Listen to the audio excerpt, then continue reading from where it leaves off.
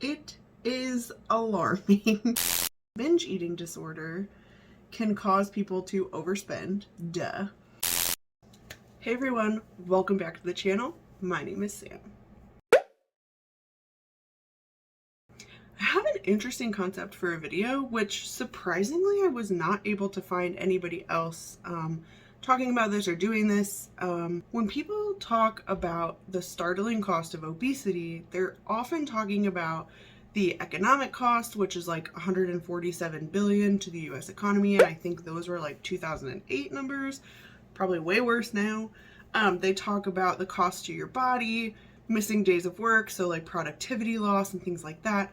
But nobody has ever gone through and showed their binge eating behavior, their eating disorder, their food addiction via how much they were spending on food. So, the idea for this video popped into my brain as I was watching a video by Shakara Transformation. She's one of my favorite reaction channels. I'll insert her clip here. Look, I appreciate it. I appreciate that food addiction is a thing, but it's not like heroin addiction, is it? She's gonna try and play it like it's a heroin addiction. Like I've experienced addiction in my family, and liking to fucking smash on burgers is not the same as somebody like literally destroying, fucking financially, emotionally destroying everything around them. You're not putting your family or the people around you in a precarious situation, so shall we say, because you want to eat some pie or burgers. Like, it tastes nice. You'll get fucking moody. You might even get a bit sad if you can't eat it. Understandable. You may not be very pleasant to be around. You're not probably going to put yourself into debt over it. You're not going to neglect children. You're not going to not pay your bills. You're not going to steal from your family to go. You're not going to steal money from your family just so you can go and buy like some fast food or some other food. So if her excuse is that everything she's going through, her life is so hard because she's a food addict, like, I appreciate the food addiction is a thing. In this clip, you can see she is talking about food addiction and the difference between, for lack of better words, a regular addiction, like alcohol addiction or addiction to drugs. And she's sort of brushing on the fact that food addiction is different because you're likely not bankrupting yourself or stealing money, or doing any of those things that are typically associated with a regular addiction. And I have to disagree with her, but her video did get me thinking. There were times when I was deep in the throes of my binge eating behavior and my food addiction that I was pulling into a drive up knowing I have $14.10 in my bank account, which means I can spend $14 on this food that I need right now. It was such an uncontrollable urge for me that I was doing the craziest things. I was going to stores and binge eating certain things. Lunchables were like a binge food for me, which is weird. I don't know why. But I would go and get like 10 pizza Lunchables. I'm not even joking. Or I would go to McDonald's, or I would go to Subway, or I would go to multiple Jimmy John's. I would go to multiple because I didn't want them to know like how much food I was getting. So I was curious if I could track my binge eating food addiction based on my spending. If I had to guess, I'm pretty sure it was like 2018, 2019 were my worst years. But I'm sure 2020 wasn't great either because I was still pretty bad right at the beginning of the pandemic. And if you remember the beginning of the pandemic, which I'm sure we all do, it sort of felt like the world was just collapsing. And so my mental health was just not in a great space. So I'm sure 2020 is a little iffy as well. But yeah, so I'm going to sit down on my computer this morning and see if I can actually track those behaviors via my financials. So it'll be the true cost of binge eating disorder, which I'm a little scared. So without further ado, I am going to hop onto my computer and run those calculations, and I will be back in action when I have something to report. Wish me luck.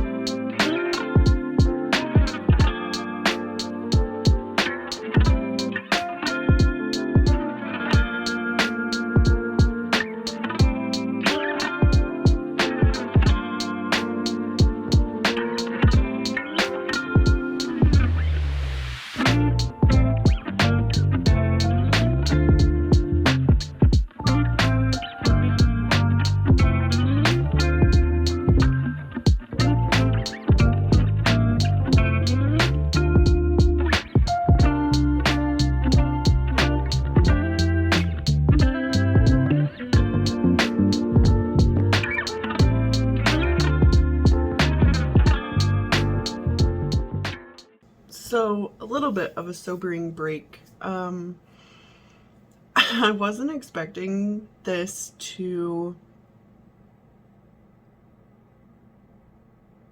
be as big of a trigger as it is. I'm really surprised by that, but I don't know if it's reading the names of the restaurants I used to binge eat at over and over and over again.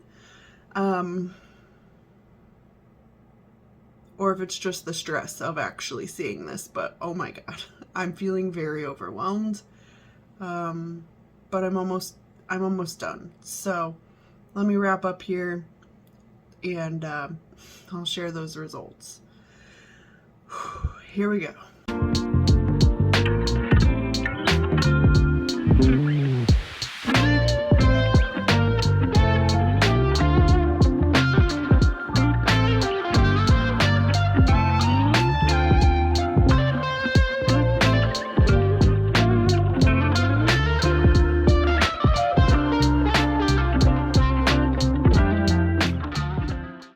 So before I share what I found for myself, I did actually find some articles that sort of put this into context. So the Science of Eating Disorders found that when people typically binge eat meals can cost anywhere from $30 to about $35, sometimes double that. And they estimate that a typical binge eater, or they found rather, that a typical binge eater spends an extra $1,600 per year. And they do say that some spend about double that, depending on how bad their behaviors are. I found this really interesting because I thought the numbers would be much higher. And now I'll share why I think that. My numbers are here. Yeah. The years that my binge eating was at its worst, we were spending $10,000 a year in food on top of the groceries we were buying.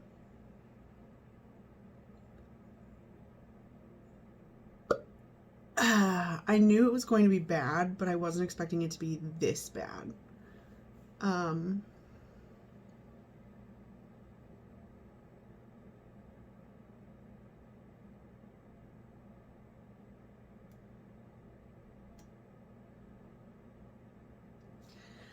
I think in response to the video that I shared of Chikara Transformations, where she was saying that it isn't the same as another addiction, I think that this speaks otherwise. I think, especially in my case, it was such a compulsion for me. I couldn't stop myself. And as I mentioned, like, I was going to drive-thrus knowing that I didn't have cash money to spend, and then I would use a credit card, which is insane. So I was paying interest on my addiction, essentially. I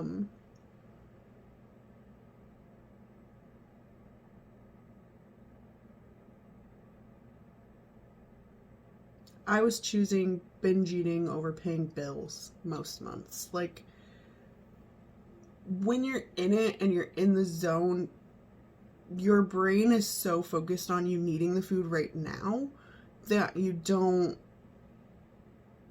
think about what you're doing, which is very sobering. Like for me, it wasn't like, oh, I'm gonna get this food or I'm gonna pay this bill. It was like, I'm gonna get this food or I'm gonna die. The bill can wait.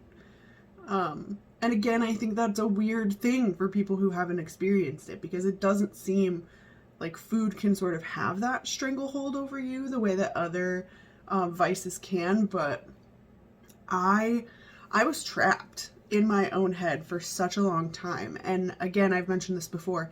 If I would fixate. So I had to drive past McDonald's every single day to get home. I could not avoid it. Literally the single road into where we lived, there was a McDonald's on it. So if I drove past it and then my body like had the craving, right, of like, I need this McDonald's. If I could make it home and walk my dogs and do what I needed to do, I then had to sit with my own brain by myself because my husband was traveling, and my brain would be like, no, you need it. No, like really, let's go and get it. No, you really need it. And I couldn't break that. And if I did, even for a minute, if I did any of those tricks like drinking some water or distracting myself, because I hadn't dealt with the underlying issue, I would just continue to be fixated. I would wake up the next morning still having those thoughts. I would go to work still having those thoughts. I would come home still having those thoughts and having to see McDonald's again.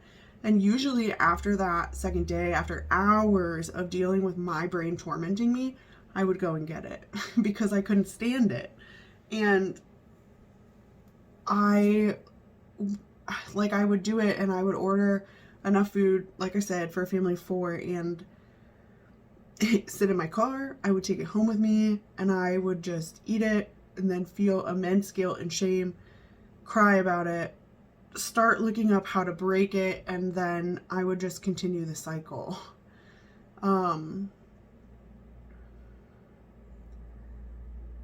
Is very startling. I think another thing that sort of triggered emotions in me that I wasn't prepared for was like going through the bank statements. I can remember what was happening at that time, and the things I was going through. So for example, I would see on one day I went to multiple places. So the one that really struck me is I went to Chili's with my friend, and because I was with somebody else, I wanted it to look like I just ate a normal amount. So that's what I did. I ordered a smaller meal than I normally would. I remember I only ate half of it while I was in front of her, and then I packed the rest and took it home. On my way home, I stopped at Jimmy John's and I stopped at McDonald's. Immediately when I got home, I heated up my leftovers. I ate those, I ate the McDonald's, and I ate the Jimmy John's all at once. I had completely forgotten about those behaviors until I started going through these bank statements, because I'm just seeing it in black and white, right? And so I was not prepared for that and to relive those moments. And I actually started flipping through some of my journal just to see where I was headspace wise, and it was just not great. I was completely miserable, but I thought that I could play it off like I was fine. And that's the interesting thing. I know I did my last video on body positivity, so I won't drag this out, but that's the interesting thing about being caught up in these thought processes, is that I really thought that I could convince people that I was confident and healthy and practicing joyful movement, and that I was eating a half serving of whatever food I was getting at a restaurant, like, look at me, healthy queen. But I was gaining massive amounts of weight. So obviously what I was saying, what I was preaching, what I was putting on a face about was clearly not what was happening behind the scenes. And my body was the proof of that. What does body positive mean to you? Body positive. Eating whatever you want and then crying about it after, but going on Instagram and saying you're sexy even though you truly don't believe it. My weight gain was the proof of that. So yes, I was lying to other people, but I was also lying to myself.